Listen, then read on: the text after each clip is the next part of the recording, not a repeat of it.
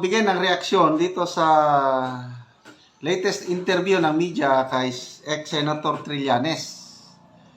Na kung saan sabi niya na hinog na daw ang impeachment case laban kay VP Sara at saka tinawag niyang may tupak sa ulo ang Vice Presidente. Tapos, inamin din niya baka bigla daw maging presidente si VP Sara. Pakinggan natin itong interview na ito. Ano sabi, sir? Ha? Paano niyo nasabing hinog? Siguro naman, nakikita naman ng mga kababayan natin, lahat ng mga... Sandali, simulan natin. Sa dami ng issues ngayon kay VP Sara, hinog na ba for impeachment? Hinog na ba? Hinog na. Paano niyo nasabi, sir? Ha? Paano niyo nasabing hinog? Siguro naman, nakikita naman ng mga kababayan natin, lahat ng mga dangers, mga red flags, yung unfitness ni Duterte, ni Sara Duterte to hold. Kita nyo? Unfitness ni Duterte, Sara Duterte. Ganun lang siya kung magsalita. Kami sa Ilocano pa, kaming mga Ilocano. Basta mas bata ka, dapat tawagin mo yung mas matanda ng mayroong either manong, manang, uncle, auntie, lolo, lola. Hindi mo pwedeng tawagin lang sa pangalan. Basta mas bata ka. Sabi ng aming matata, awante asin mo. Wala kang respeto. So ito ngayon, ang nakikita natin kay ex-Senator Trillanes. Doon sa Quadcom hearing, Duterte lang ang tawag niya sa dating Pangulo. Ang daming galit sa kanya ng mga alumni sa PMA. Walang very shabby, sabi nila. So, yun, sinasabing si Sara Duterte. Ganun siya kung magsalita di ba? Ano yung mga subscribers ko na nainis? Walang GMRC yan, sir.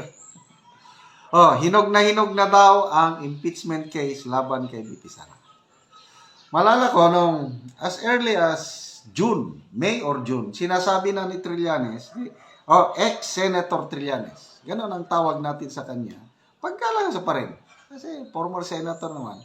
Sinasabi ni ex-Senator Trillanes, as early as May or June, sinasabi niya, lalabas na yung ICC warrant of arrest. So inaabangan ko, ako, nag-expect talaga ako na sooner or later lalabas yung arrest warrant ng ICC kay PRRD. Kaya inabangan ko, June, July. So, ano na ngayon? June, July, August, September, October. November na. Wala pa. Papaniwalaan pa ba natin itong si ex-Senator Trillanes? Sabi niya, hinog na ang impeachment case. Bago lang, siguro 2 months ago, sabi niya, nakaprepare na 23 articles of impeachment. Nakaprepare na. Bakit ngayon? Hanggang ngayon, wala pang na-file. Ganyan siya kung magsalita So, may maniwala, lang nasa atin na kung paniwalaan natin. So, bantayan nyo yung sabi niya na maging presidente si VP Sara at may tupak sa ulo. The position of Vice President. And remember, as Vice President, she could be President anytime. Yan! In cases of emergency. She could be President anytime. Mabuti naman po, ex-Senator Trillanes at ina-acknowledge nyo. Hindi natin alam ang pangyayari. Baka biglang mag-presidente yan. Saan pupulutin itong taong ito?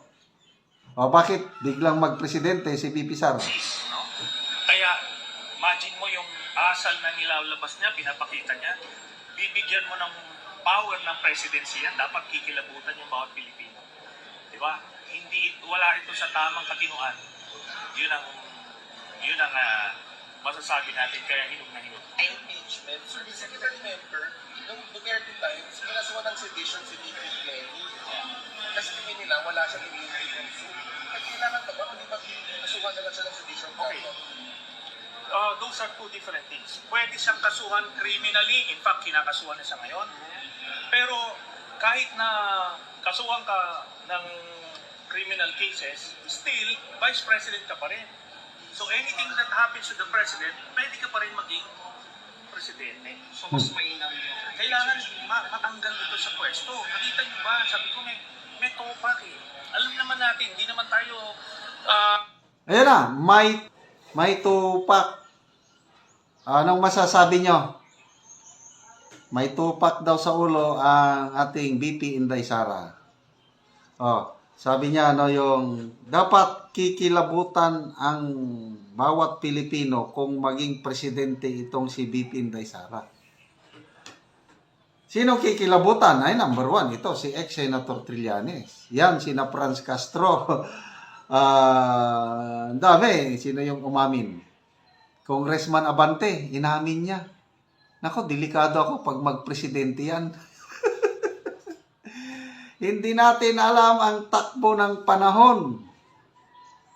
Panahon ni President Erap, napaka-popular na presidente. Sinong mag-aakala na bigla siyang matanggal at uupo ang Vice President Gloria Macapagal Arroyo? So, kikilabutan ng bawat Pilipino. Yes, yung mga may ginagawang, yan ngayon, kalukuhan. Kaya lang, sa tingin ko lang ang daming mga Pilipino ngayon, mas marami ang Pilipino, reading from the comment section, sa mga post ng mainstream media against kay BP Sara, magbasa ka lang sa comment section. Bumubuhos ang suporta para kay BP Inday Sara. May post si Sas Rogando Sasot. Ang Armed Forces of the Philippines daw ngayon, klinos na nila, tinurn off na nila ang kanilang comment section. So bakit kaya? Baka ito yung binabatikos ang AFP, yung pagtanggal nila ng mga security personnel ni BP Sara. Baka ang daming mga buzzers, kaya tinurn off nila yung comment section. Alam nyo, napakaganda itong social media ngayon eh. Dahil ang citizenry, nakaka-participate, na ibubuhos mo yung opinion mo. And very powerful. Ako, napakahilig kong magbasa ng mga comment section at dito ko nakikita yung tunay na sentimento ng taong bayan. At ang AFP, napansin niya siguro na mainit na ang taong bayan sa kanila, yung ginawa nilang pagtanggal sa security ni BP Sara, yun. Tinin or hindi ka na makapag-comment sa AFP page. Okay, tuloy natin. Psychiatrist, pero alam natin yung may topak at Topak. normal. Ito hindi to normal. Sir, kailan Pasensya na. ang impeachment trial? Baka ba yung sa December sila ikaw Next kailan? week. Yung grupo ninyo, sir, kailan? Sabi ko nga sa inyo, abangan nyo na lang.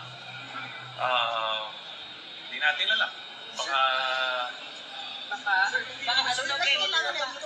hindi. Basta hindi katagalan ng antay nyo. Yun na lang. Sir, huli na lang. Yun, sabi ko nga, huwag natin maliitin. Kasi any political crisis na mangyari, pwedeng i-take advantage yan. Kasi nangyari na yan. We saw that happen dun sa EDSA Dos. Nagsimula ng maliit, walang pumapansin, kumpiyansa yung administrasyon, very popular, but after a few months, tanggal.